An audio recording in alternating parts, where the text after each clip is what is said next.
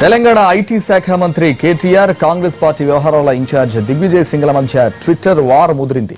తెలంగాణ పోలీసులు నకిలీ is website సృష్టించి ముస్లిం యువతను టార్గెట్ చేస్తున్నారని దిగ్విజయ్ ఆరోపించారు.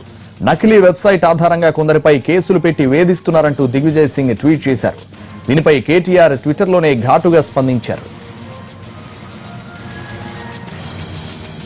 దిగ్విజయ్ ట్వీట్ పై కేటీఆర్ మండిపడ్డారు. ముఖ్యమంత్రిగా పనిచేసిన వ్యక్తి చేయాల్సిన వ్యాఖ్యలు కాదంటూ ఘాటుగా సమాధానం చెప్పారు.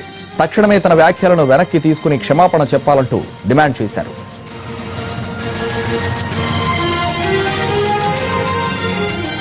తెలంగాణ పోలీసులు ఐఎస్ పేరుతో నకిలీ వెబ్సైట్ నడుపుతూ కొందరిపై కేసులు పెడుతున్నారంటూ దిగ్విజయ్ చేసిన వ్యాఖ్యలపై తెలంగాణ డీజీపీ అనురాగ్ శర్మ స్పందించారు.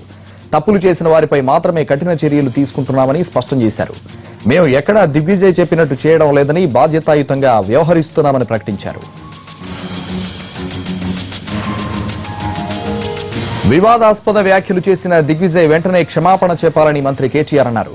తన వ్యాఖ్యలను ఉపసంహరించుకోవాలని కోరారు.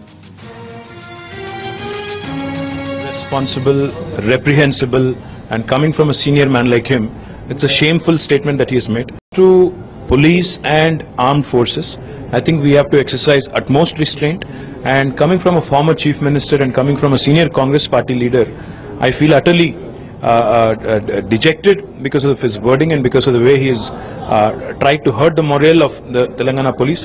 Telangana police has been doing exemplary service, and I demand that Mr. Digvijay Singh tender an unconditional apology or else withdraw his statements.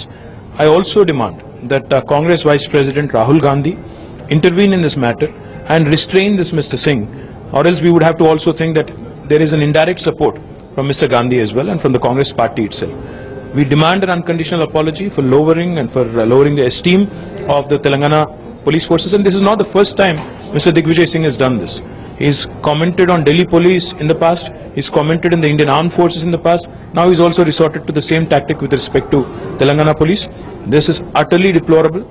I demand that he take back his words and tender an unconditional apology to the Telangana police.